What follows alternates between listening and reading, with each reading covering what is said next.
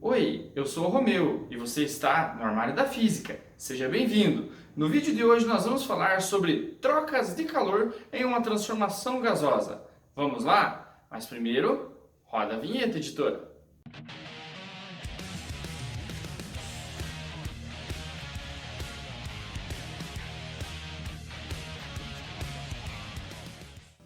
Considere que um gás monatômico considerado ideal sofreu uma expansão AB conforme indica o diagrama. Diante do exposto, determine o calor trocado pela massa gasosa e sua vizinhança ao longo do processo. A primeira coisa a ser feita é a determinação do trabalho a partir da área limitada entre a curva da transformação gasosa e o eixo dos volumes no diagrama PV.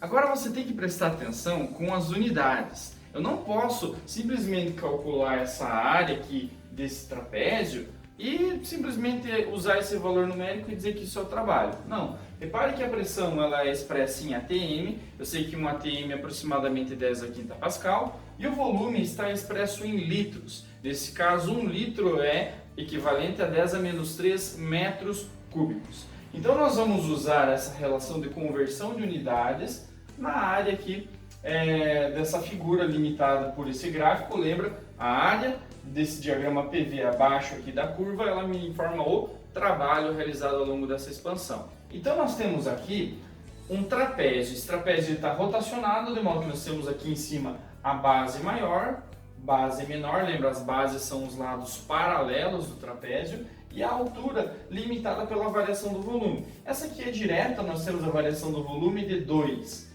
até 8, é uma variação de 6 litros. Como 1 litro vale 10 a menos 3 metros cúbicos, então eu só faço direto a conversão. Agora, a base maior, ela vale 2 atm, portanto, 2 vezes 10 a quinta pascal, ou 2 vezes 10 a quinta newton por metro quadrado, enquanto que a base menor, 1 vezes 10 a quinta pascal. Repare o seguinte, então a área do trapézio ela é dada pela soma das bases vezes a altura, dividido por 2. A soma das bases está aqui, 2 vezes 10 a quinta, mais 1 vezes 10 a quinta. Parece besteira isso que eu vou falar, mas tem muita gente que erra na hora de somar quantidades com notação científica. Então eu vou utilizar uma técnica avançadíssima de cálculo para você não errar mais isso aqui. Eu vou chamar 10 a quinta de laranja. E eu tenho 2 laranjas mais uma laranja. Como resultado, eu só posso ter então 3 laranjas. Eu não vou mais errar. Professor, então quando que eu mexo no expoente aí na notação científica? Eu só vou mexer no expoente envolvendo notação científica quando eu estiver trabalhando com multiplicação, exponenciação, radiciação ou divisão de potências aí, no caso potências de base 10. Olha só, a altura então 6 vezes 10 a menos 3, vou dividir por 2, vai simplificar, vai dar 3 vezes 10 a menos 3. Lembra lá? 3 vezes 3 é 9, eu vou na multiplicação de potências de mesma base, repetir a base e somar os expoentes. 5 menos 3, 2. Eu tenho 9 vezes 10 ao quadrado joules, isso me dá 900 joules ao trabalho. É uma informação importante para a gente usar a expressão matemática da primeira lei da termodinâmica e calcular o calor trocado nesse processo ao longo dessa expansão AB dessa massa gasosa. Agora, a próxima coisa é responder qual que foi a variação de energia interna. Você reparou que no enunciado nós não temos nem o número de mols e nem a temperatura? Como é que a gente vai fazer isso? Nós vamos usar uma informação que é a atomicidade do gás e também a equação do gás ideal. Agora que a gente já sabe o trabalho, vamos calcular a energia interna. Aí você volta para aquele problema. Professor, mas não tem o número de mols, não tem a temperatura, não foi dada a constante dos gases. Como é que eu faço? Então olha só, a gente vai resolver esse problema usando as equações de termodinâmica. Lembra que foi dito no enunciado que esse gás ele se assemelha ao comportamento dos gases ideais? Então eu posso utilizar a equação do gás ideal. A equação, lembra lá de Clapeyron? PV igual nRT. Pressão vezes volume igual ao número de mols vezes a constante universal dos gases vezes a temperatura termodinâmica do sistema. Não esqueça disso. Então repare o seguinte, A energia interna, no caso para o gás monoatômico, desse 3,5 ele decorre da atomicidade. Se for aí um gás diatômico, ele vai ter 5 graus de liberdade, portanto é 5,5. E se for um gás poliatômico, ele tem 6 graus de liberdade, ele vai ser 3, equivalente a 6,5. Né? Bom, então, gás monoatômico com 3 graus de liberdade apenas, a energia interna é definida por 3,5 de nRT. Eu não tenho o número de mols e nem a temperatura, eu posso até saber lá o valor 8,314 Joule por mol vezes Kelvin, o valor da constante universal dos gases, mas ainda assim fica difícil de saber. Mas eu posso usar da equação do gás ideal, trocar o nRT pelo PV. Por que é vantajoso isso? Porque nós temos a informação PV no diagrama aqui fornecido para vocês através do gráfico.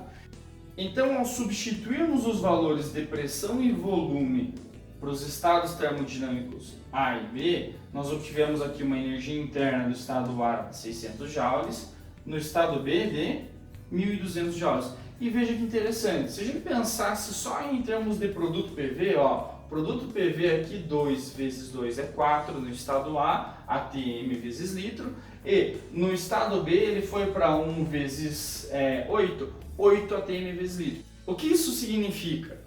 Aumentou o produto PV, aumentou a temperatura. Por isso é justificável dizer que aumentou a energia interna. A energia interna dobrou. Se o gás está fechado, confinado, é inerte, não muda o número de mols, eu posso dizer que se dobrou a energia interna, dobrou a temperatura termodinâmica do gás. Nós já sabemos as energias internas dos estados termodinâmicos A e B. Lembra lá por que estado termodinâmico? A gente sabe que é gás. Mas estado termodinâmico corresponde a um estado definido pelo conjunto das variáveis de estado, pressão, volume e temperatura. E essas variáveis elas podem ainda definir uma função do estado, como entropia, energia interna, né? Enfim, nós temos aí a variação de energia interna como sendo a final menos a inicial, 1.200 menos 600 dá 600 joules de variação de energia interna. Agora veja, quando eu coloco essas informações na primeira lei da termodinâmica, nós podemos escrever que o trabalho ele está a diminuir desse segundo membro, ele passa a somar. Quando eu inverto então a igualdade, eu fico com calor é igual, calor trocado, né, ao longo da transformação gasosa AB, no caso eu estou indo de A para B, ao sentido da transformação, é igual a variação de energia interna mais o trabalho realizado. Veja, quando o gás, e é isso que você tem que entender agora, o significado, a interpretação física da primeira lei da termodinâmica. Quando o gás ele realizou trabalho, esse trabalho deu positivo, afinal de contas é uma expansão, ele realizou trabalho, ele cedeu trabalho, ele acabou cedendo energia em forma de trabalho para a sua vizinhança. Agora, se você prestar atenção, mesmo o gás ele tendo cedido trabalho, certo? Cedido energia em forma de trabalho para a sua vizinhança, a energia interna do gás ela aumentou, porque ela sofreu uma variação positiva. Então qual que é a explicação para isso? O gás ele recebeu mais calor do que trabalho. Então ao longo dessa etapa nós podemos dizer que o sistema ele recebeu aqui uma quantidade de energia em forma de calor. E essa quantidade que o sistema recebeu, ela excedeu a do trabalho realizado, pois ainda implicou em aumento de energia interna. Quando a gente calcula essa quantidade total de energia, foi de 1.500 joules. E veja o balanço aqui de energia. Então nós temos 600 joules usado para a elevação da energia interna e da temperatura, haja vista que aumentou o produto PV, mais 900 joules correspondente ao que o sistema cedeu em forma de trabalho para a sua vizinhança. Desse modo, quantidade total então de calor trocado ao longo dessa etapa, dessa expansão AB, ela não é isobárica, não é diabática, é uma expansão arbitrária. Nesse caso aí foi de 1.500 joules. E aí, gostou do vídeo? Tá feliz? Eu tô feliz. Então, nos vemos em breve e até a próxima. Obrigado por assistir o nosso vídeo. E se você gostou, deixe um joinha e se inscreva no nosso canal.